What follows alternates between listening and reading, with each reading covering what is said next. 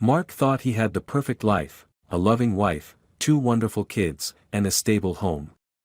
But when a single suspicious text sets off a chain of discoveries, his world begins to crumble. What starts as heartbreak over Lucy's apparent betrayal transforms into a calculated pursuit of truth, filled with twists, hidden motives, and shocking revelations.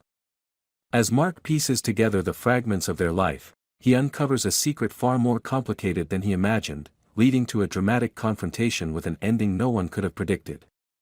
Love, trust, and vengeance collide in this gripping tale of heartbreak and redemption. It's strange how the most ordinary moments can precede the collapse of your entire world. That day started like any other.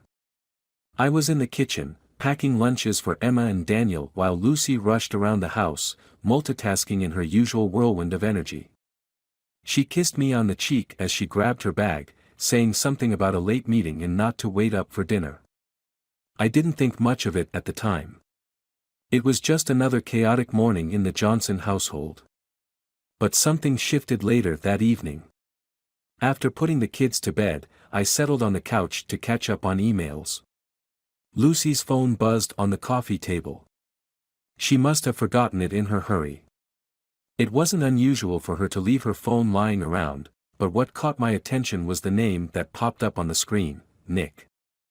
Nick was her coworker, a guy she occasionally mentioned in passing.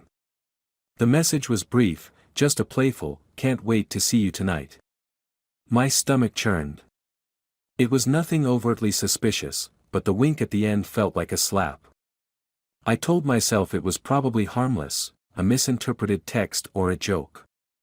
Still, I couldn't shake the unease that settled over me like a cold fog. Lucy came home later than usual, her mood unusually light. She didn't seem tired from a meeting, she seemed energized. I didn't say anything about the text. I didn't want to seem paranoid, but something about her carefree demeanor gnawed at me. I decided to let it go, for now. The next few days passed uneventfully, but my mind was a whirlwind of doubts. I started noticing things I hadn't before. Lucy was glued to her phone, smiling at messages she didn't share. She seemed to have more late meetings than usual, and her stories about work were oddly vague. One evening, as we sat down for dinner, Emma asked if Mommy was going away again for work. Lucy shot her a sharp look before brushing it off with a laugh, but I caught the tension in her response. The seeds of doubt had been sown, and they were beginning to take root. A week later, Lucy mentioned a work dinner with her team. "It's important," she said, her voice overly casual. "Nick's organizing it. You know, to celebrate landing that big client." My heart sank at the mention of his name, but I managed a smile and told her to have fun. That night, as she got ready, I couldn't help but notice how much effort she put into her appearance. She wore a dress I hadn't seen in years, one that clung to her figure in a way that left no doubt she was dressing to impress. I told her she looked beautiful, and she kissed me on the cheek with a smile that didn't reach her eyes. When she left, I sat alone in the living room, staring at the door. I should have trusted her. I should have brushed off my doubts and let it go. But something inside me, the part of me that had ignored too many small signs, refused to stay silent. Without thinking, I grabbed my jacket, got in the car, and decided to follow her. The drive was tense, my hands gripping the steering wheel tightly as I kept a safe distance behind her car. She pulled into the parking lot of a restaurant downtown. It was one of those upscale places we only went to on special occasions. I parked a few spaces away and watched as she walked inside, her steps quick and purposeful. I told myself to leave. Whatever I was about to do, there was no way it would end well. But curiosity and dread had taken hold of me, and I couldn't let go. I waited 10 minutes before heading inside. The hostess asked if I had a reservation, and I lied, saying I was meeting my wife. She waved me in, and I scanned the room. There they were, Lucy and Nick, sitting at a corner table. The lighting was dim, but I could see her leaning toward him, laughing at something he said. It wasn't the laughter of polite amusement, it was the kind of laugh that came with comfort and familiarity. Nick reached across the table, his hand brushing hers, and I felt my chest tighten. I turned and left before they could see me. The drive home was a blur. My mind raced with scenarios, excuses, and possible explanations, but none of them eased the ache in my chest. By the time Lucy came home, I had decided not to confront her, yet. I needed more than a moment of suspicion before turning our lives upside down. The next morning, I began to gather evidence. It felt wrong, intrusive even, but I couldn't ignore the sinking feeling in my gut. I checked her phone while she was in the shower, scrolling through her messages with Nick. Most of their texts were work-related, but scattered among them were little jokes and emojis that hinted at something deeper. One, in particular, caught my attention. "Last night was amazing. Can't wait for next time." My hands trembled as I read it. I started checking her emails, her social media, even the credit card statements. It didn't take long to piece together a pattern. Late dinners, gifts charged to her card, hotel bookings in the middle of the week, all of it pointed to one conclusion. Lucy was cheating on me. The betrayal cut deeper than I thought possible. This was the woman I had built a life with, the mother of my children. And now, she was sharing parts of herself with someone else, parts one thought were mine alone. I wanted to confront her right then and there, to scream and demand answers. But a quiet, vengeful voice in the back of my mind told me to wait. If she wanted to destroy the life we had built together, I would make sure she felt every consequence of that choice. The evidence was all there, glaring back at me like a neon sign in the darkness. It wasn't just suspicion anymore, it was a cold, hard reality. Lucy, my wife, my partner, was having an affair with Nick. I felt like I was falling, a free fall into a void where nothing made sense anymore. But as I sat alone in my car, gripping the steering wheel until my knuckles turned white, I realized something: I wasn't going to fall quietly. The first step was preparation. If Lucy wanted to dismantle the life we had built, I would be ready. I needed a plan. I wasn't the kind of man to fly off the handle, I wanted to do this right. That meant gathering everything I could to confront her when the time was right and to ensure that, when I did, there would be no escape from the truth. The next few days were a blur of routine and subterfuge. I acted as though nothing had changed. We still had dinner together as a family. I still kissed her goodnight. I still played with the kids after work, helping them with homework and tucking them into bed. But beneath the surface, I was unraveling the threads of Lucy's deceit. Every evening, after Lucy fell asleep, I delved deeper into her digital life. I combed through her emails, her social media, and her text logs. I downloaded copies of her messages with Nick, screen capturing the ones that couldn't be explained away as harmless banter. Each piece of evidence felt like a tiny dagger, but I knew I needed them. This wasn't just about confronting her, it was about protecting myself, protecting Emma and Daniel, from the fallout of her choices. It wasn't just her phone that gave her away. There were little things: receipts left in the trash, unexplained charges on our joint credit card, a necklace I had never seen before but found in her purse. I kept a meticulous record of everything. It felt invasive, even cruel, but this wasn't the time for second-guessing. I couldn't afford to be kind. The hardest part was the waiting. Every time Lucy left the house, I wondered if she was heading to work, to run errands, or to meet Nick. The thought gnawed at me, turning my stomach into a knot of anxiety and anger. One evening, as I watched her slip on a pair of heels and grab her bag, she leaned over to kiss me goodbye. "Don't wait up," she said with a smile that no longer felt genuine. "This meeting might run late." I nodded, forcing a smile of my own. "Of course. Have a good night." As soon as she was out the door, I grabbed my keys and followed her again. This time, I kept a greater distance, careful not to give myself away. She drove across town to a boutique hotel. My chest tightened as I parked nearby and watched her go inside. There was no mistaking her purpose. She wasn't there for a meeting. She was there for him. I didn't stay long. I didn't need to see more.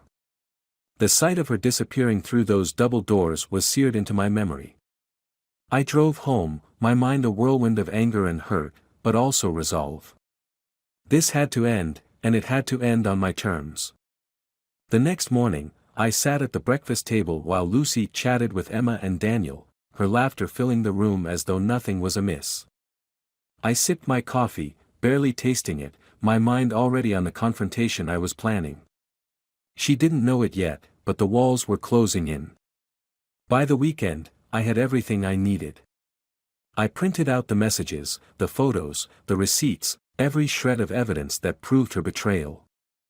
I even consulted a lawyer, ensuring that I understood my rights and the steps I needed to take to protect the kids and myself. The lawyer's advice was clear: confront her, but do it carefully. Document everything. That Friday night, I decided it was time.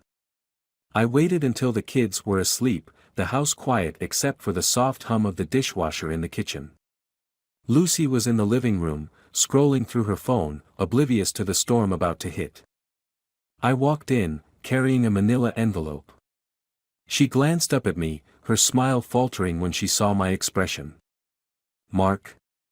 What's going on?" she asked, her voice laced with confusion. I sat down across from her, placing the envelope on the coffee table between us. My hands shook slightly, but my voice was steady. "We need to talk, Lucy." She frowned, setting her phone aside. "What is it?" I slid the envelope toward her. "Open it." She hesitated, her gaze darting between me and the envelope, before finally picking it up. As she flipped through the contents, her face paled. The color drained from her cheeks, and her hands trembled as she read the texts and saw the photos. "Mark," she began, her voice barely a whisper. "I can explain." "Don't," I interrupted, my tone sharp enough to cut. "Don't insult me by trying to explain this away. I know everything, Lucy. The texts. The dinners. The hotel. Everything." She opened her mouth to speak, but no words came out. Tears welled in her eyes, and she buried her face in her hands. "I'm so sorry," she sobbed. "I didn't mean for it to happen. It was a mistake." "A mistake?" I repeated, my voice rising. "A mistake is forgetting to pick up milk on the way home. This was deliberate, Lucy. You lied to me. You lied to our kids. You made a choice, repeatedly, to betray our family." Her sobs grew louder, but I refused to let her tears soften my resolve. "Do you have any idea what you've done?" I continued. "Do you even care about what this means for Emma and Daniel? For us?" "I love you," she cried. "I still love you." I shook my head, the words ringing hollow. "You don't destroy the things you love, Lucy." For a long moment, we sat in silence, her sobs filling the room. My heart ached, but I couldn't let her see it. I had to stay strong. This wasn't just about me anymore. It was about protecting what was left of my family. Finally, I stood, my decision made. "You're going to leave," I said, my voice firm. "Pack your things and go. I'll figure out how to tell the kids. But as of this moment, we're done." She looked up at me, her face streaked with tears. "Please, Mark," she whispered. "Please give me another chance." But there was no going back. She had made her choice, and now it was time for me to make mine. Without another word, I walked out of the room, leaving her alone with the wreckage of what she had destroyed. The house was eerily quiet the next morning, the kind of silence that feels heavier than noise. Lucy had spent the night in the guest room, her suitcase half-packed and sitting in the hallway. I hadn't slept much, and when I did, it was a restless, haunted sleep filled with fragments of conversations I'd rather forget. By the time the sun rose, I was seated at the kitchen table with a cup of coffee, staring out the window as if the answers to my pain could be found somewhere in the backyard. Lucy came down the stairs, her face pale and her eyes swollen from crying. She hesitated when she saw me, lingering in the doorway as if she wasn't sure she was allowed to enter her own kitchen anymore. Finally, she stepped in, her bare feet padding softly against the tile floor. "Mark," she began, her voice timid. "We need to talk about the kids." I didn't look at her. "I'll tell them." "You don't need to be here for that." Her breath hitched. "Please, don't do this. I made a mistake, but I love them. They need their mother." I turned to her then, my face hard. They needed a mother who put them first. "You made your choice, Lucy. Now you'll have to live with it." She opened her mouth to argue but seemed to think better of it. Instead, she poured herself a cup of coffee and sat down across from me. The silence between us was unbearable. She finally broke it. "What happens now?" she asked quietly. I let the question hang in the air for a moment before answering. "You'll move out. I've already spoken to a lawyer. You'll get visitation rights, but I'm filing for full custody. Emma and Daniel need stability, and that's something you can't offer right now." She flinched as though I had struck her. "Mark, please. Stop," I said sharply. "You don't get to plead with me, Lucy. Not after what you've done." Tears welled in her eyes again, but I couldn't bring myself to care. I stood, my chair scraping loudly against the floor. "I have things to do today. Start packing." I left her sitting there, her hands wrapped tightly around her coffee mug, and headed upstairs. Emma and Daniel were still asleep, their peaceful faces a reminder of what I needed to protect. The thought of explaining this to them made my chest ache, but I knew it couldn't wait. They deserved the truth, or at least as much of it as they could understand. When they woke up, I called them into the living room.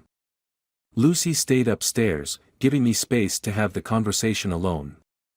Emma, at 13, was sharp and perceptive. Daniel, at 11, was more trusting and naive. I dreaded what this news would do to them. "Kids," I began, my voice trembling slightly. "I need to talk to you about something important." They looked at me with wide, curious eyes, their expressions tinged with unease. Emma was the first to speak. "Is everything okay, Dad?" I took a deep breath. "No, sweetheart. Everything's not okay. Your mom and we've decided that it's best for us to separate." Daniel's face fell, confusion clouding his features. "Separate? What do you mean?"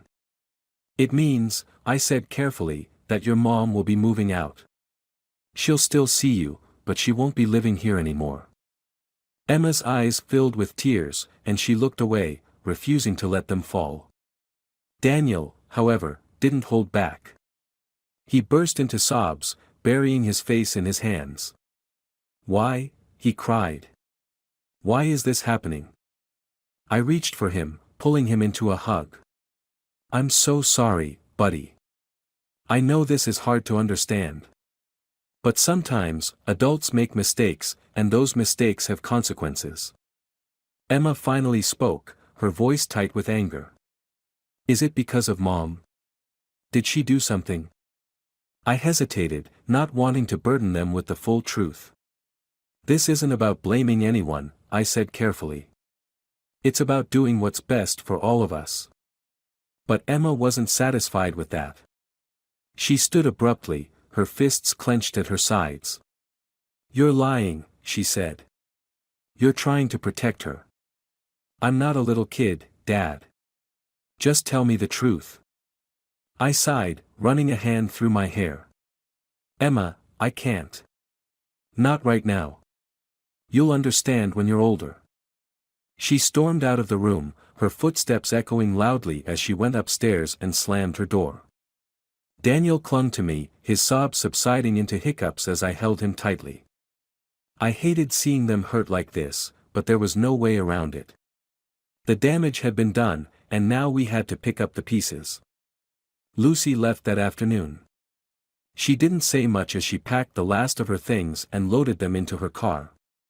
Emma refused to come downstairs to say goodbye, and Daniel only managed a tearful hug before retreating to his room.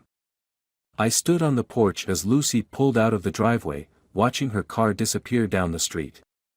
Part of me wanted to feel relief, but all I felt was an overwhelming emptiness. Over the next few days, I threw myself into taking care of the kids. I made their favorite meals, helped them with homework, and tried to keep things as normal as possible. But the strain was evident. Emma was distant, barely speaking to me, and Daniel clung to me more than ever. It was exhausting, but I knew I had to be strong for them. One night, as I tucked Daniel into bed, he looked up at me with wide, tear-filled eyes. "Dad," he whispered, "is Mom ever coming back?" I stroked his hair gently, my heart breaking all over again. "I don't know, buddy. But no matter what happens, I'll always be here for you." He nodded, sniffling quietly, and closed his eyes. As I left his room, I lingered in the hallway, leaning against the wall as a wave of grief washed over me. This wasn't the life I had envisioned for us. But it was the life we had now, and I had to make the best of it, for them. In the solitude of my own room, I finally allowed myself to break down. The weight of everything, Lucy's betrayal, the pain it had caused the kids, the uncertainty of the future, was too much to bear. I cried until there were no tears left, and when I finally fell asleep, it was a restless, dreamless slumber. The days turned into weeks, and slowly, we began to find a new rhythm. Emma started opening up bit by bit, though her anger toward Lucy was palpable. Daniel remained fragile but resilient, leaning on me for comfort and stability. We were healing, but the scars would take time to fade. And as for me, I was determined to rebuild. I didn't know what the future held, but I knew one thing for certain: I wouldn't let Lucy's choices define us. We were stronger than that. We had to be. The weeks stretched into months, and life began to feel somewhat normal again, or at least a new version of normal. The kids and I found a rhythm. Emma was still sharp-tongued and distant at times, but she softened as the weeks passed. Daniel, ever the optimist, seemed to accept the changes better than I expected. We leaned on each other, and for the first time in years, I felt like I was truly present in my children's lives. I threw myself into being a father and managing the household. Lucy and I had worked out a visitation schedule, and though the kids were hesitant at first, they gradually warmed to the idea of seeing her. She had rented a modest apartment across town and tried her best to make it feel like home for Emma and Daniel during their weekends with her. For my part, I kept my distance. I dropped them off and picked them up without so much as a glance toward Lucy. It was easier that way. I told myself I was done with her, that her betrayal was something I could never forgive. But late at night, when the house was quiet and the kids were asleep, I found myself wondering if I had missed something, if I could have done something differently. It was on one such night, months after Lucy had left, that the doorbell rang. The sound jolted me from my thoughts. It was nearly midnight. The kids were asleep, and I wasn't expecting anyone. I grabbed my phone and walked cautiously to the door. Peeking through the peephole, I froze. Lucy was standing on the porch, her face pale and drawn. She looked as though she hadn't slept in days. For a moment, I considered ignoring her, letting her think I wasn't home. But something about her expression stopped me. Against my better judgment, I opened the door. "Mark," she said, her voice trembling. "I need to talk to you." I crossed my arms, leaning against the doorframe. "It's late, Lucy. What could you possibly have to say that can't wait?" She looked down, clutching something tightly in her hands. It was an envelope. "Please. Just hear me out. 5 minutes." I sighed, stepping aside and motioning her in. She walked into the living room and perched on the edge of the couch, looking small and fragile. I stood by the door, keeping my distance. "Well?" I prompted, trying to keep my tone neutral. She hesitated, holding out the envelope. I've been doing a lot of thinking since everything happened. I know I hurt you, Mark. I know I ruined everything. But there's something I need you to see. I frowned but took the envelope. Inside were several papers. I flipped through them, my confusion growing with each page. Bank statements. Receipts. Correspondence with a lawyer. At the bottom of the stack was a letter, handwritten and addressed to me. I looked up at her, bewildered. What is this? Proof, she said, her voice barely above a whisper. Proof that it wasn't what you think. That I wasn't cheating on you. Her words hit me like a sledgehammer. I stared at her, struggling to process what she had just said. What are you talking about? I saw the texts, the hotel. It was a setup, Mark, she interrupted, tears streaming down her face. Nick wasn't, he wasn't what you thought. He wasn't my affair partner. He was my lawyer. Your lawyer? I echoed, disbelief coloring my tone. She nodded. I've been working with him for months, trying to finalize something before I told you. Something that was supposed to be a surprise. A gift. But everything spiraled out of control before I could explain. I sat down, my mind reeling. Explain what, Lucy? What could possibly justify everything you did? She wiped her tears, taking a shaky breath. I was buying you the restaurant. What? The word came out in a whisper. She nodded. You've always wanted to own your own restaurant, Mark. It's been your dream since before we got married. I found a place that was perfect, affordable, in a great location, and I wanted to surprise you. That's what the texts and meetings with Nick were about. He's a real estate lawyer, Mark, not my lover. I stared at her, my heart pounding. Then why didn't you just tell me? Because I wanted it to be a surprise, she said, her voice cracking. And then everything with us started falling apart. You became distant. I knew you were upset, but I didn't know why. By the time I realized you thought I was cheating, it felt too late to explain. You wouldn't have believed me. I looked down at the papers in my hands, the evidence that supported her story. The receipt for the down payment on the property. The emails outlining the terms of the sale. A signed agreement with her lawyer. It all fit. I don't know what to say, I muttered, my voice hollow. Lucy leaned forward, her eyes desperate. Say you believe me, Mark. Say we can fix this. I stood, unable to look at her. My emotions were a storm, anger, regret, disbelief, hope. I don't know if I can, I said honestly. You lied, Lucy. You kept secrets. You let me think the worst. She sobbed quietly, burying her face in her hands. I never wanted to hurt you. I thought I was doing something good for us. I turned away, pacing the room. The weight of her words and the evidence in my hands bore down on me. It felt like I was drowning. Finally, I stopped, looking back at her. You should go, I said quietly. She looked up, her face stricken. Mark, please. Go, I repeated, my voice firm. I need time to think. She hesitated but finally stood and walked to the door. Before she left, she turned back to me, her eyes filled with sorrow. I'm so sorry, Mark. For everything. When the door closed behind her, I sank onto the couch, the envelope still clutched in my hands. The pieces of my shattered life were scattered all around me, and for the first time, I wondered if they could ever be put back together.